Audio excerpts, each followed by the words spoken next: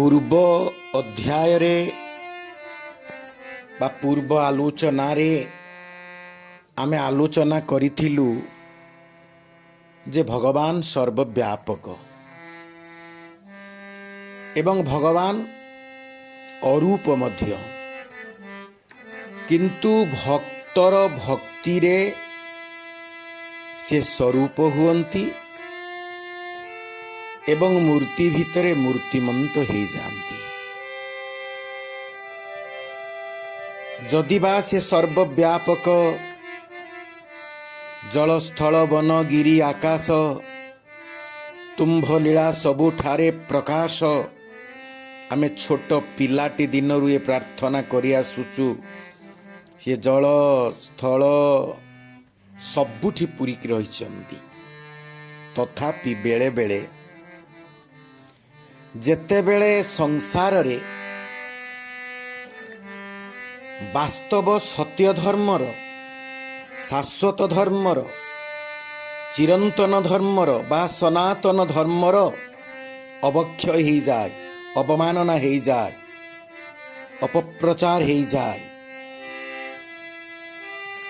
एवं साधु संत मान को अपमानित करा जाए, भक्त मान को कष्ट दिया जाए, सेते बेले सेई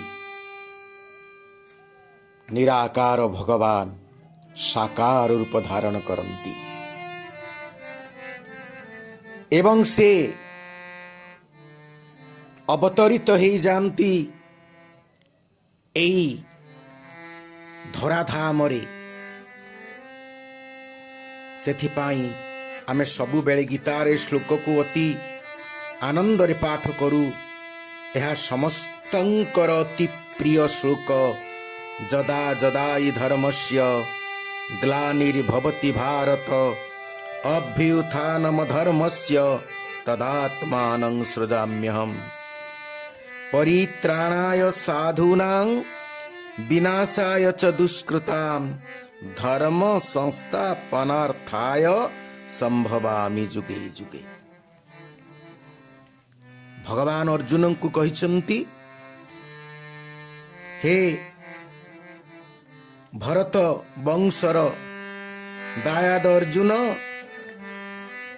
जे जे समय रे धर्मर ग्लानि हो जाए, अधर्मर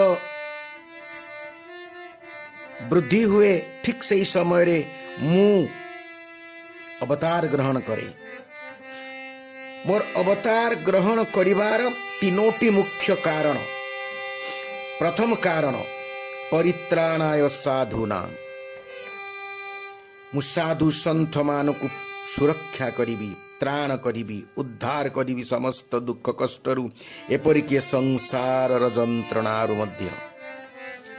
एवं विनाशाय च दुष्कृताम, जो माने पापी धर्म विरोधी नास्तिक ईश्वर विश्वास करंतिनी, मु से मानकु विनाश करिबा पई आसे एवं सेमान को उचित शिक्षा दबा पई आसे। मु सेमानकर नास्तिक भाव को विनाश करी तांको भितरे मु आस्तिक भाव को प्रकट करे। ये हुची मोर द्वितीय कथा। तृतीय कथा हुची धर्म संस्थापनार्थाय, मु पुनः सनातन धर्म को वैदिक धर्म को प्रतिष्ठा करिबा पाई पुनः मु ए संसार रे जन्म ग्रहण करे। अवश्य जड़ विज्ञान रे निजकु तथा कथित ज्ञानी मानुथिबा लोक माने मोर ए कथा को ठीक भाव रे बुझी पारंतिनी। कारण जन्म कर्म चमे दिव्यम, मोर जन्म कर्म ये सब अत्यंत दिव्य चिन्मय लौकिक नुहे।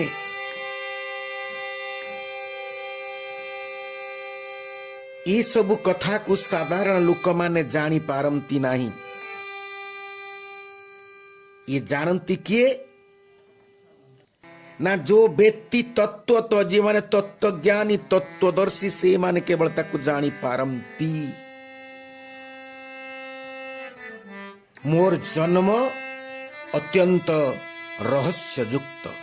भगवान कहले मु जो जन्म नुहे धराधाम रे इटा रहस्ययुक्त। मुझे पारे सर्वव्यापक, मुझे पारे निराकार, तथापि मु जन्म निये एवं मोर जन्म नबार गोटे बहुत बड़ विज्ञान अच्छी, तत्व अच्छी। सेथिपाई भगवान कहउचंती अर्जुन अजोपि सन व्ययात्मा भूतानामीश्वरपि सन प्रकृतिं स्वामधिष्ठाय संभवाम्यत्ममायया।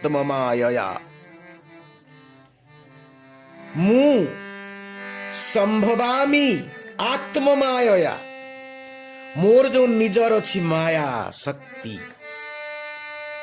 जो शक्ति वशवर्ती समस्ते केही भी वर्ती पारंतिनी संसार जक्ष रक्ष गंधर्व किन्नर देवता एपरिकी ब्रह्मा पर्यंत मो माया शक्ति रु केही वर्ती पारंतिनी। मु अज, मोर जन्म नाही। ए कथा समस्त शास्त्र रे वर्णना करा जाइछि। मु होउछि अज, तथापि मु जन्म निये। गीतारे भगवान निजकु तीनिटा कथा एठी कहिचंती, तीनिटी शब्द व्यवहार करिचंती। विद्वान तत्वदर्शी माने आपण माने लक्ष्य करंतु। गोटे हैला अज, गोटे हैला अव्यय, आ गोटे हैला ईश्वर। जे मु अज अर्थात मोर जन्म नाही, मु अव्यय, मोर क्षय नाही, व्यय नाही, मु सदा स्थिर एवं मु ईश्वर। ए सबु विश्व रे मोर आधिपत्य, मु समस्तंकर सर्वोच्च शासन, सर्वोच्च सम्राट, मो अधीन रे समस्ते विश्व रे अछंती। एई जो तीनोटी कथा, ये कथा को भगवान अनेक स्थान रे वर्णना करिचंती। 10म अध्यायर 3य श्लोक रे भगवान अर्जुन को कहिचंती जो माम अजम अनादिं च व्यक्ति लोकम महेश्वरम असम्मूढ़ समर्थेषु सर्व पापैः प्रमुच्यते। मते जिए अज बोली, अनादि बोली, समस्त लोकर ईश्वर बोली जानिचंती, सेई असम्मूढ़, सेई माया मुक्त आत्मा समस्त पापरु मुक्ति पाई जाए। आ मुझे अज, आ मुझे अव्यय, तथापि मु जन्म निये। ए कथाटा साधारण लोक जानी पारंतिनी। आपण देखंतु श्रीमद् भगवत गीतार 7म अध्यायर 25 श्लोक रे भगवान वर्णना करिसंती मूढ़ोयं नाभिजानाति लोक मामजमव्ययं। जो माने मूढ़ से माने जानी नाहंती मते मुझे अज एवं अव्यय ए कथा से माने जानी नाहंती। अनेक जगह तो भगवान निजको अव्यय बोली कहिचंती। गीतार प्रति पृष्ठारे देखिबे अव्यय अज ये सब शब्द को व्यवहार करिचंती व्यासदेव। आपण देखतु 9म अध्यायर 13 श्लोक रे कहिचंती भजन्त्य ननन्य मनसो ज्ञात्वा भूतादिमव्ययम्।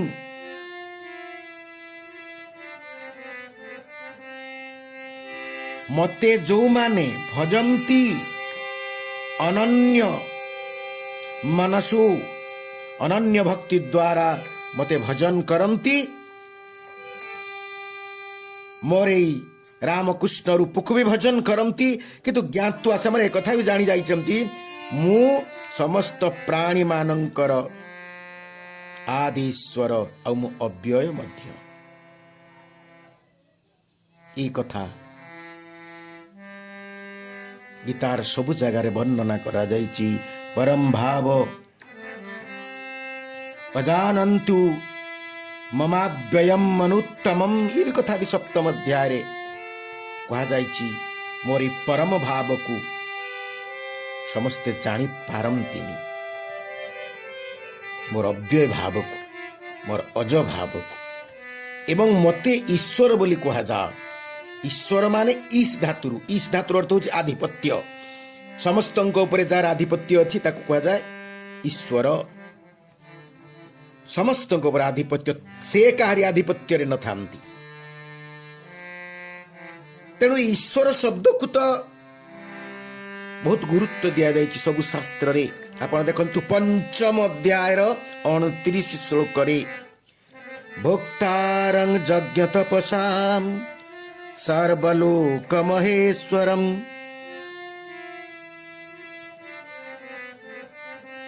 ମୁଁ ସମସ୍ତ ଲୋକର ଭୂ ଭୁବ ସ୍ୱଜନ ମହତପାଦି ସପ୍ତ ଲୋକର ମୁଁ ହଉଛି ଈଶ୍ୱର, ମାନେ ମୋ ଆଧିପତ୍ୟ ଅଛି, ମୋ ଅଧୀନରେ ଅଛି।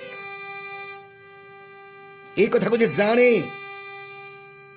ଜ୍ଞାତ୍ୱା ମାଂ ଶାନ୍ତି ମୃଚ୍ଛତି, এই କଥା ଯେ ଜାଣିପାରେ ମତେ ଈଶ୍ୱର ବୋଲି ଜାଣେ, ସେ ପରମ ଶାନ୍ତି ପାଏ, ପରମ ମୁକ୍ତି ପାଏ, ଆଉ ଭଗବତ ପ୍ରାପ୍ତି ହେଇଯାଏ ତାର। ଆପଣ ଦେଖନ୍ତୁ ନବମ ଅଧ୍ୟାୟର 11 ଶ୍ଲୋକରେ ଭଗବାନ କହିଛନ୍ତି ମୁଁ କେବଳ ଯେ ସର୍ବଲୋକ ମହେଶ୍ୱରମ ନୁହେଁ, ମୁଁ ପ୍ରତ୍ୟେକ ପ୍ରାଣୀଙ୍କର ବି ଈଶ୍ୱର। ପ୍ରତି ପ୍ରାଣୀ ମାନେ ମୋ ଅଧୀନରେ ଥାନ୍ତି।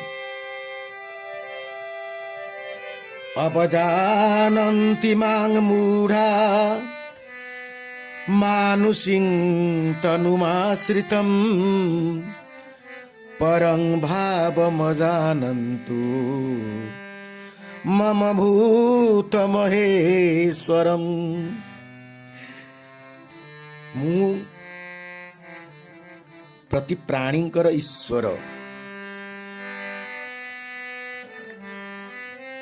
ମୋର ଏ ପରମ ଭାବ କଥା କେହି ଜାଣନ୍ତିନି, ତତ୍ତ୍ୱ କଥା କେହି ଜାଣନ୍ତିନି। परम भाव मजानंतु, मोरे महेश्वर भाव को जगतर सम्राट मु ये कथा जानती। एक कथा है कि भी सबुठी अच भाव अव्यक्त भाव थाई कि भी सर्वव्यापक है कि भी अवजानती मांग मूढ़ा। मूढ़ माने मायायुक्त व्यक्ति माने, मोहग्रस्त व्यक्ति माने मते जानती नहीं। मु जो रामकृष्ण ही जन्म हुए अवतार ग्रहण करे मानुषिं तनुमाश्रितम, ए मनीष शरीर धारण करे किबा अन्य किछि शरीर धारण करे बोली ए कथा से माने विश्वास करंती नहीं, जानती नहीं। आ मोर जन्म हबार जो विज्ञान ये कथा समस्ते जानी पारंती नहीं। सेथिपाई भगवान कहउचंती ए चतुर्थ श्लोकर षष्ठ ए चतुर्थ अध्यायर षष्ठ श्लोकरे कहउचंती अर्जुन अजोपि सन व्ययात्मा भूतानाम ईश्वरपि सन। मो अज मोर जन्म नाही, मो अव्यय भूतानाम ईश्वरपि सन, मु समस्त प्राणी मानकर ईश्वर। एवं संभवामि आत्ममाया, मोर निजर गुटे स्पेशल शक्ति, स्वतंत्र शक्ति, माया शक्ति अच्छी, जाको हम विष्णु माया बोली कहू। ये माया रे जगत बंधा भागवत रे अच्छी ना। त्रिगुण रजू करे धरी मृगी न चांती नरहरी। त्रिगुण रजू करे धरी, ये जो सत्व रज तम ए त्रिगुण रजु द्वारा जहा प्रकृतिर मूल तत्व, ए त्रिगुण रजु द्वारा ये जगत को मु नचौची। कंढेई नाच करुथिबा लुखटी एक सरु कला सूता द्वारा कंढेई की नचाए आंगुली द्वारा हेले आमे कला परदा आगे कला सूता को देखि पारुनी, केवल कंढई को देखु। ठीक सेमिति भगवान त्रिगुण रजुरे बांधिकी जगत को नचौचंती, सत्व रजतम त्रिगुण दौड़ी रे बांधिकी। ये कथा तत्वविद माने जानती, ज्ञानी माने जानती, मो कृपा प्राप्त व्यक्ति माने जानती। एक कथा समस्ते जानी पारंती नाही, किंतु मोर आउ गोटे महाप्रकृति अछि। एटा तो साधारण प्रकृति। प्रकृति स्वामधिष्ठाय संभवामि जुगे जुगे। मु मोर प्रकृति की, मोर निजर मूल प्रकृति, मोर निजर स्पेशल प्रकृति गोटे अछि। मोर गोटे स्पेशल प्रकृति अछि। ये तो सत्वरजतम, ये तो ये जो प्रकृति भूमिराप नल वायु खंग मन बुद्धि इत्यादि इत्यादि, ये प्रकृति व्यतीत मोर गोटे सूक्ष्म प्रकृति अछि। आउ ये सूक्ष्म प्रकृति कौन ना, जहाकू शास्त्र रे कहा जाए संधिनी, संबित, आह्लादिनी। आउ थरे मु आपण मानकु कहूची मने रखंतु। संधिनी, संबित, आह्लादिनी, यहाला चिन्मय शक्ति। ये चिन्मय तत्व एवं आकु मध्य चिन्मय शक्ति, कृपा शक्ति एवं आनंद प्रदायिनी शक्ति बोली मध्य कहा जाए। ये संबित होची कृपा शक्ति, ये संदिनी होची चिन्मय शक्ति, आउ आह्लादिनी होची आनंद प्रदायन कारी शक्ति, जाकु आमे राधा बोली कहू। राधा बोली कहू, पुराण रे जाकु राधा बोली वर्णना करा जायछि।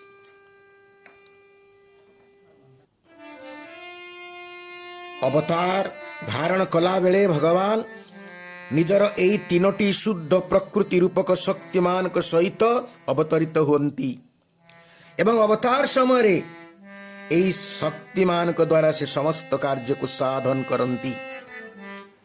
आपण गोटे कथा मन रखंतु, श्री राधा होचंती भगवान कर एक शक्ति एवं तांकर अनुगामिनी सखी माने शक्ति स्वरूपा ओ भक्ति प्रदायिनी। एक कथा भक्तिहीन मनुष्य जानी पारिब नाही। से राधा राणींकर कृपा नहेले आमे एक कथा केबे जानी पारिब नाही। ये राधा तत्व अत्यंत गुप्त गूढ़।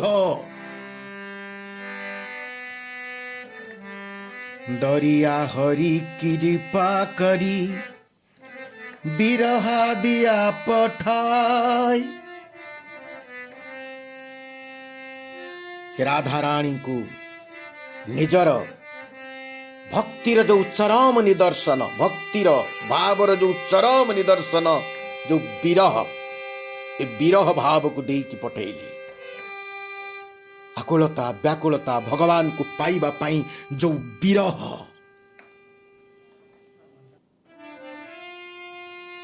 सेथिपाई कहा जाइछि हमर बंगलार कवि माने कहिचंती, जेई राधा सेई कृष्ण भज निष्ठा करी।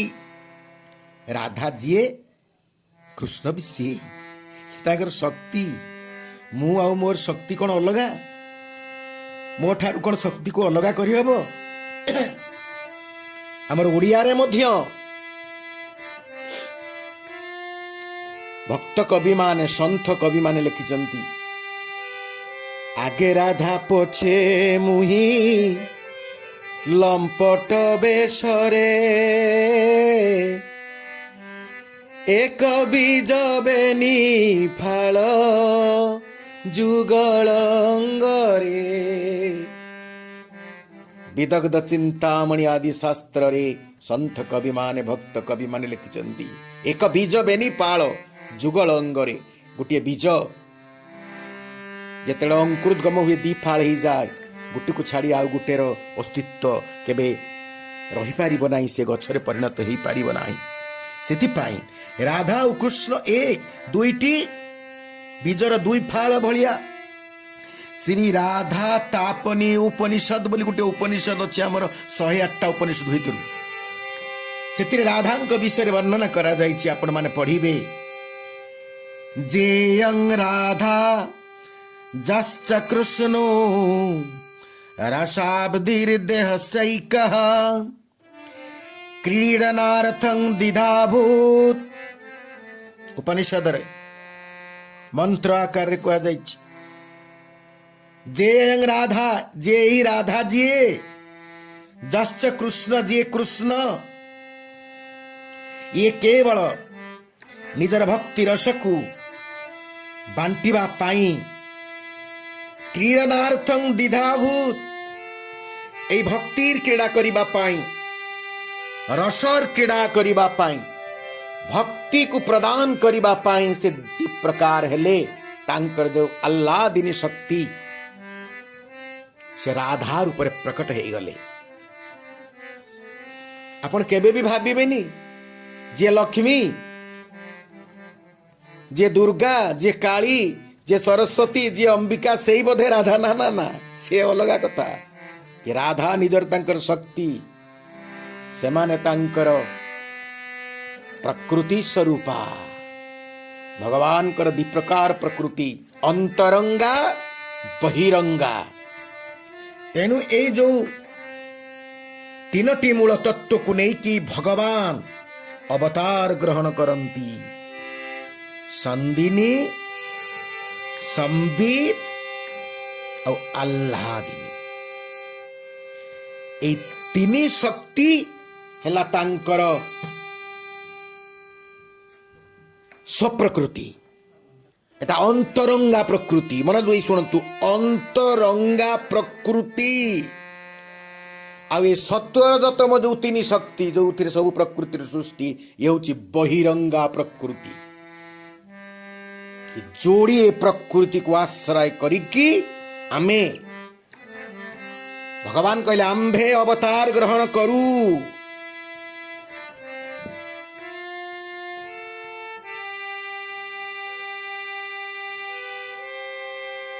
ସେଥିପାଇଁ ଭଗବାନ ଗୋଟିଏ ଶବ୍ଦ କହୁଛନ୍ତି, ଅଭ୍ୟୁତ୍ଥାନ ମଦର୍ଭ ତଦାତ୍ମାନଂ ସୃଜାମ୍ୟହମ୍। ମୁଁ ନିଜକୁ ନିଜେ ସର୍ଜନା କରେ, ମୋର ଅନେକ ପ୍ରକାର ଶକ୍ତି।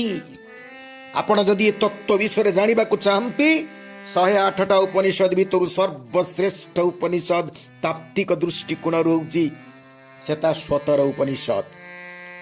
ଆପଣ ଭଲ ଭାବରେ ଯଦି ପାଠ କରିବେ, ଜାଣିପାରିବେ, ଭଗବାନଙ୍କର ଶକ୍ତି ସମ୍ପର୍କରେ ବର୍ଣ୍ଣନା କରାଯାଇଛି। କେତେ ପ୍ରକାର ଶକ୍ତି ଭଗବାନଙ୍କର। ଅନନ୍ତ ଶକ୍ତିର ଅଧିକାରୀ ହେଉଛନ୍ତି ଭଗବାନ। ଭଗବାନଙ୍କର ସମକକ୍ଷ କେହି ନାହାନ୍ତି, ନା ସମକକ୍ଷ କେହି ଥିଲେ, ନା ସମକକ୍ଷ ଭବିଷ୍ୟତରେ କେହି ହେବେ। ଆରେ ଯିଏ ସର୍ବଶକ୍ତିମାନ,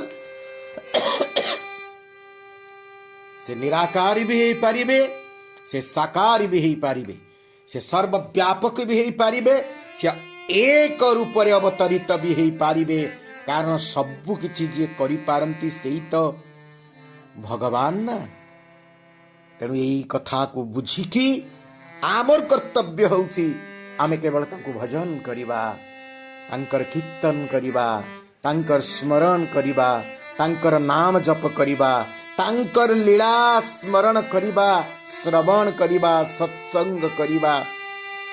ସେ ଯେତେବେଳେ କୃପା କରିବେ, ଆମ ଭଜନରେ, ଆମ କୀର୍ତ୍ତନରେ, ଆମ ଆକୁଳତାରେ, ଆମର ବ୍ୟାକୁଳତାରେ, ଆମର ଶୁଦ୍ଧତାରେ, ଆମର ଶୁଦ୍ଧ ମନଟିକୁ ଯଦି ସେ ଦେଖିପାରିବେ, ଆମ ମନ କେବଳ ତାଙ୍କ ବ୍ୟତୀତ ଆଉ କାହାରି କଥା ଚିନ୍ତା କରୁନି, ଆମେ ସଂସାର ପ୍ରତି ସମ୍ପୂର୍ଣ୍ଣ ଭାବରେ अनासक्त होइकि तांक प्रति आमे आसक्त हो जाइछु सेतेबेले से कथा को अनुभव करिकि से निजे गुरु रूप रे आम पाखु आसीबे किंबा एक शुद्धात्मा को मुक्तात्मा को भगवत प्राप्ति हेइथिबा आत्मा को पठेई देबे आम पाखु को गुरु रूप रे। भागवत रे गोटे कथा अछि से जाकु होइबे सदय ज्ञानता हृदयरु उदय से जाकु कृपा करिबे से आपे आपे ज्ञान हेइ जिवो। ध्रुव तो जानेनी छोट पिलाटिए थिला अभिमान रे चली गला तपस्या करिबा पाई मां को कथा रे भगवान ही सब किछि देई पारिबे तते सम्राट पद देई पारिबे बापार कोळ भी देई पारिबे सब देई पारिबे हेले कौन जाने सी 5 वर्षर पिला की तपस्या करिवो की भजन करिवो की कीर्तन करिवो केमिति साधन भजन करा जाय भगवान को पाइबा पाई किछि तो जाने नहीं। भगवान एक कथा जानी पारि की नारद को प्रेरण कले जाओ तांकु दीक्षा दियो भजन रो मार्ग बतई दियो साधन रो मार्ग बतई दियो एवं तांकु मंत्र दियो 12 अक्षरी मंत्र ओम नमो भगवते वासुदेवाय एई मंत्र प्रदान कले नारद जाई के से सिद्धि प्राप्त हेले भगवान को भक्ति कले विश्वास कले तांकु पाइबा पाई मनरे व्यग्र अनुराग सृष्टि हेले विरह सृष्टि हेले भगवानी तांकु देखिबार जानिबार प्राप्त होबार अनुभव करिवार उपाय से बतई देबे पठेई देबे तांकर गणमान को किंतु आमर एतिकी भक्ति रहिले हेला एतिकी विश्वास रहिले हेला आ तांक प्रति एतिकी आंतरिका रहिले हेला। आमर जदि आंतरिकता न रहिबो आमर जदि एतिकी आकुलता न रहिबो विश्वास न रहिबो दृढ़ता न रहिबो अनन्यता न रहिबो निष्कामता न रहिबो प्रपन्नता न रहिबो तेबे भगवान केमिति आम पाखକୁ पठेइबे ताको गणକୁ। तेणु हे सज्जन माने आपण निश्चित भाव रे भगवान के प्रति अनुरक्त हो जातु आकुल हृदय रे ताको प्रार्थना करंतु आकुल हृदय रे ताको प्रार्थना करंतु। मोर परमाराध्य गुरुदेव पूज्य पूजक बाबा को मुतांक जीवनी को देखिछि जेते बेले भी विश्व को किछि दुख पड़े से सेते बेले आकुल हृदय रे प्रार्थना करंती डाकंती भगवान को आखिर लुह गड़े आ ये कथा मु अनुभव करिछि भी बेले बेले ए सब बड़ बड़ समस्या सब समाधान हो जाए देशर विश्वर भगवान देखंती जने शुद्ध आत्मार आकुल हृदय आ से भगवत भक्तर इच्छा को पूरण करंती शुद्ध भक्तर इच्छा को पूरण करंती तांको डाक सुरंती। भागवत रे कहिचंती अहं भक्तो पराधीन ह्यशतंत्र इव द्विज। दुर्वासा को कहिचंती भगवान विष्णु मु मोर जी शुद्ध भक्त परम भक्त शुद्धात्मा से भक्तर मु पराधीन से जहा इच्छा करे ता हुए मु ता इच्छा को पूरण करे। तेणु आपण निज हृदय को शुद्ध कर दियंतु मन को पवित्र कर दियंतु आकुलता व्याकुलता रे भजन कीर्तन करंतु देखिबे दरकार ना आपणकर ज्ञान साधन केवल यही शुद्ध मन समर्पित मन